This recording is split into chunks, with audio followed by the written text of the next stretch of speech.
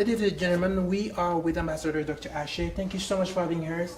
Today is International Youth Day. What is the message?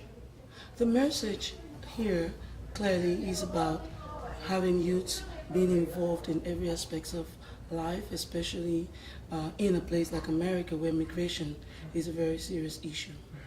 Right now, you know, the bills are being passed on immigration, and so it mirrors itself. The youth need to be more involved in how they develop their continents, starting from home. Absolutely. Thank you.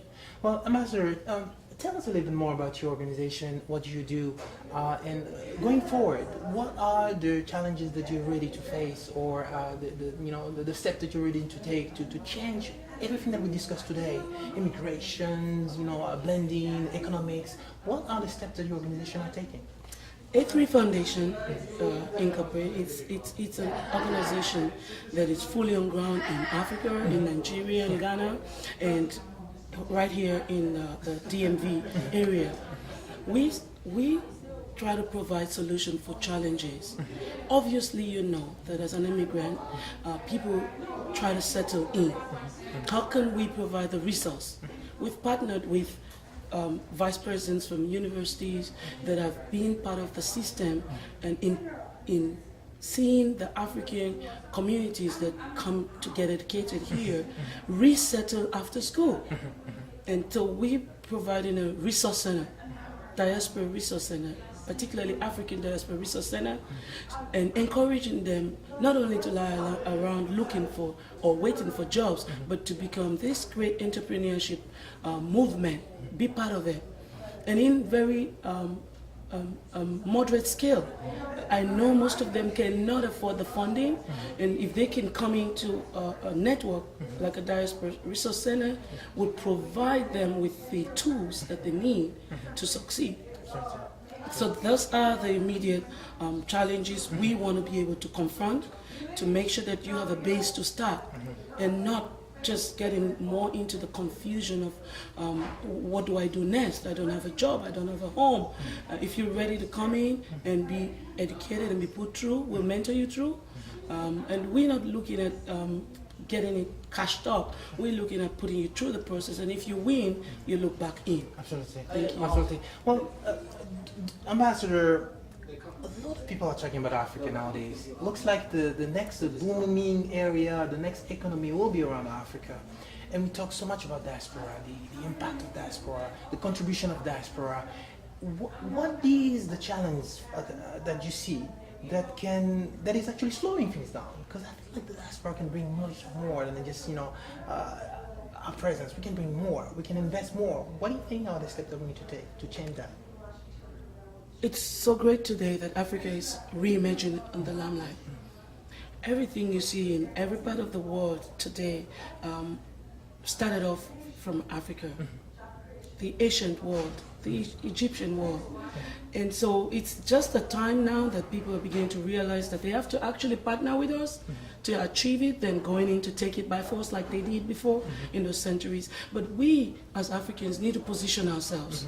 We need to have the power, the knowledge, and the ability to employ ourselves selflessly to see that we don't go back into slavery, but we're ready to receive these investors with the investments and with the conditions that will lead us to liberation, not to reinvent slavery. Because when you let them come in nicely and now invest their money, they're going to detect the pest.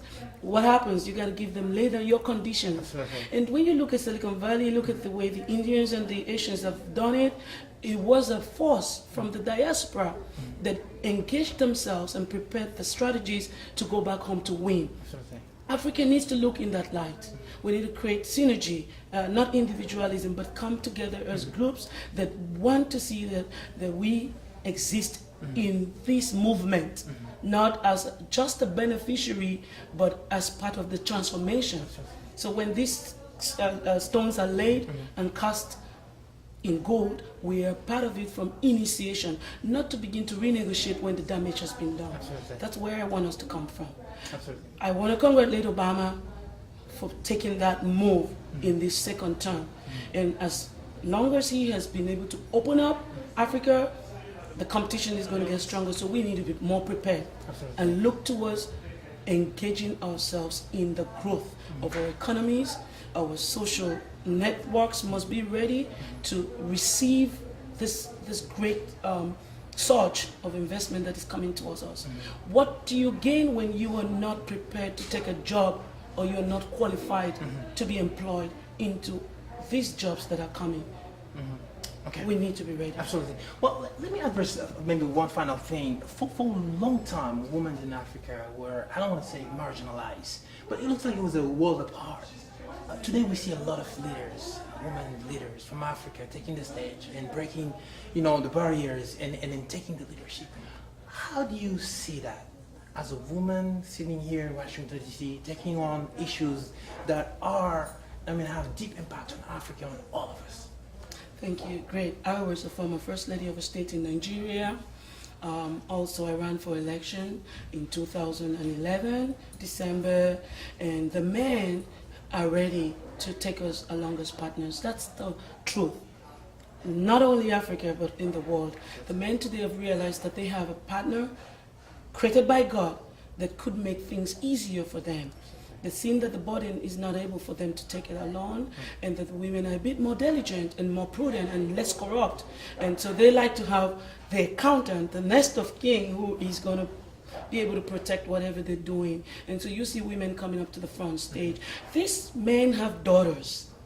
They put the daughters in the best of schools. And so when they shut down one woman, they shut down their children too. And so this euphoria of women becoming more outspoken and becoming more engaged and looking for a 50-50 place like the African Union displayed, it's possible. And we're already achieving it. Sitting here in DC even makes it more real, because the present government of Obama is practically surrounded by women. Absolutely. And they're moving forward. So why not? Absolutely. Well, Ambassador, thank you so much. Do you have any last word? For the youth, yes. Yes. The age is not a gap. As a young person, your imaginations are far wider. Your parents cannot catch up with you in the social media space. You have to use what you got. Your phone is a tool. It's your bank. It's your access to the world. It's actually your business empire. You have it today. Use it well. Create wealth. Don't lazy around with it only on Facebook and the others, but look into Facebook and all those medias and see the benefit. You got over 5,000 friends. You got one product for even a penny. That's money. Absolutely. Thank you. Well, thank you so much.